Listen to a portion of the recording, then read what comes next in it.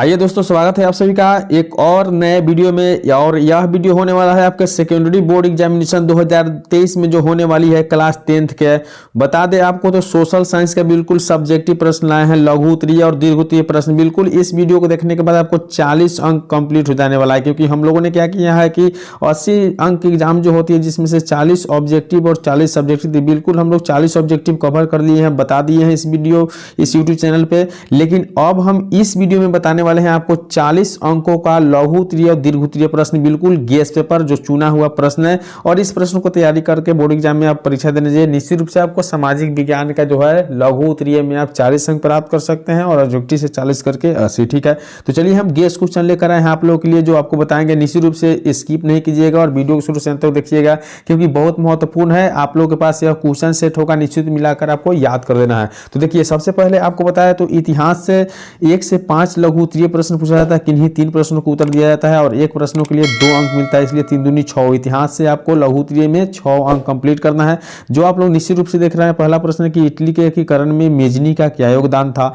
दूसरा है कि रूसी क्रांति में किन्हीं 2 कारणों का वर्णन करना है। और तीसरा, हिंद चीन के उपनिवेश स्थापना का उद्देश्य क्या था। और चौथा जो है, असहयोग आंदोलन प्रथम जन आंदोलन था कैसे, इसके बारे में बताना है। और पांचवा जो है, गंदी बस्ती या असलम पद्धति से आप क्या समझते हैं, इसकी शुरुआत क्यों और कैसे हुई, यह बताना है। ठीक है, उसके बाद आपका जो दीर्घ उत्तरीय प्रश्न 2 पूछा जाता है, जिसमें से किन्हीं एक के प्रश्नों को आपको उत्तर देना होता है। तो जर्मनी के एकीकरण में बिस्मार्क की क्या भूमिका है और सविनय अवज्ञा आंदोलन क्या है। तो 6 और 4 कुल मिलाकर 10 नंबर आपको इतिहास से कंप्लीट हो जाने वाला है। चलिए अब देखते हैं कि राजनीतिक विज्ञान से कितने प्रश्न पूछते हैं, कितने अंक। तो राजनीतिक विज्ञान से 8 से 13 प्रश्न पूछे जाएंगे, जिनमें से 2 प्रश्नों का ही उत्तर दिया जाएगा। ठीक है, तो 2 प्रश्नों का उत्तर दीजिएगा तो निश्चित आपका 4 नंबर कंप्लीट हो जाएगा। जैसे पहला प्रश्न है 8 नंबर की, सत्ता की सदारी से आप क्या समझते हैं।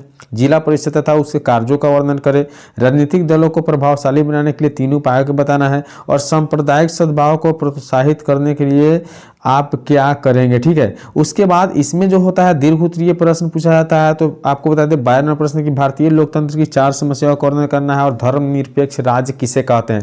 तो यह 5 प्रश्न में किन्हीं 2 प्रश्नों को आपको उत्तर देना है, जिसके लिए 2 अंक मिलकर आपको कितना अंक प्राप्त हो जाएगा, 4। और वही आपको जो है बता दें तो सब्जेक्टिव से 4 अंक प्राप्त कर दीजिएगा दीर्घ उत्तरीय प्रश्नों से। ठीक है, तो कुल मिला के आपका जो है 8 नंबर कंप्लीट हो जाने वाला है भूगोल से। तो आप देख लीजिए कि इसका भूगोल का दीर्घ उत्तरीय प्रश्न क्या है, जिसमें से एक ही प्रश्न को उत्तर देना है। तो 14 नंबर प्रश्न की, केंद्र और राज्य के संबंधों पर टिप्पणी आपको लिखना है और किस आधार पर हम कह सकते हैं कि बिहार में शुरू हुआ छात्र आंदोलन का स्वरूप राष्ट्रीय हो या नहीं। ठीक है, तो बहुत महत्वपूर्ण है। हम कोशिश करेंगे कि वीडियो को शुरू से अंत तक देख लीजिए, ताकि इसमें जो भी गेस्ट क्वेश्चन बताया जा रहा है आप याद कर लीजिए, ताकि बोर्ड एग्जाम में आपको अच्छे अंक प्राप्त हो जाए। ठीक है, और यहाँ 16 से 18 में आपको बताया तो 3 प्रश्न दिया जाता है, जिसमें से 2 प्रश्नों का उत्तर देना होता है, 4 अंक इसके लिए भी मिलते हैं। जैसे पहला प्रश्न इसमें 16 नंबर का दिया हुआ है कि आर्थिक सुधार या नई आर्थिक नीति की 3 विशेषताएं को लिखना है। राष्ट्रीय आय एवं गणना में होने वाली कठिनाइयों का वर्णन करना है और मुद्रा के किन्हीं 3 कार्यों को बताना है। ठीक है, उसके बाद आपको बताया तो 19 से 20 में दीर्घ उत्तरीय प्रश्न पूछे जाएंगे, जिसमें से किन्हीं एक प्रश्नों का ही उत्तर देना होता है। तो वह एक प्रश्न है कि बिहार के आर्थिक पिछड़ेपन में क्या कारण है और बिहार के पिछड़ेपन को दूर करने के लिए कुछ मुख्य उपाय बताएं। ठीक है, और 20वां प्रश्न है कि वस्तु विनिमय प्रणाली की कठिनाइयों पर प्रकाश डालना है। निश्चित रूप से हम कह रहे हैं कि वीडियो को अंत तक देखिए, इसमें जो भी गेस्ट क्वेश्चन बताया जा रहा है उसे याद कर लीजिएगा। आपका 100% मैट्रिक बोर्ड परीक्षा 2023 में पूछे जाएंगे। ठीक है, अब आपको बताते हैं कि भूगोल से जो प्रश्न पूछे जाते हैं वह 3 प्रश्नों का उत्तर दिया जाता है, जिसमें से 2-2 अंक निर्धारित रहते हैं। तो पहला 21 नंबर प्रश्न है कि खनिजों के संरक्षण एवं प्रबंधन से आप क्या समझते हैं।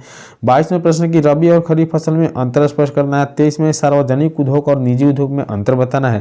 वही 24 में है कि भारतीय रेल परिवहन की प्रमुख विशेषताएं का उल्लेख कीजिए। और 25 नंबर है कि बिहार में दलहन के उत्पादन एवं वितरण का संक्षिप्त विवरण देना है। इसमें से किन्हीं आपको 3 प्रश्न को उत्तर देना है। ठीक है, वही आपको बताया तो 26 से 27 में दीर्घ उत्तरीय प्रश्न पूछा जाएगा, जिसमें से किन्हीं एक प्रश्न का उत्तर देना है। तो ये देखिए, यह जो होता है पूरे भारत के पृष्ठ पर आपको मानचित्र बनाकर दर्शाना होता है। और यह चाय की खेती के लिए आवश्यक भौगोलिक दर्शाव को क्या करना है, चाय के उत्पादक क्षेत्र का उल्लेख करना। ठीक है, अब वही आपको बताते हैं जो सबसे लास्ट होता है वह होता है आपदा प्रबंधक। इससे 4 अंक के प्रश्न ही पूछे जाते हैं। इसमें से आपको बताया तो 28 से 31 में 5 प्रश्न पूछे जाएंगे, जिनमें से किन्हीं आपको जो है 2 प्रश्नों का उत्तर ही देना होता है। ठीक है, तो देख लीजिए, तो 28वां प्रश्न है कि बाढ़ के दुष्परिणाम को लिखना है, बाढ़ आने से क्या क्या हानि होता है उसको लिखना है।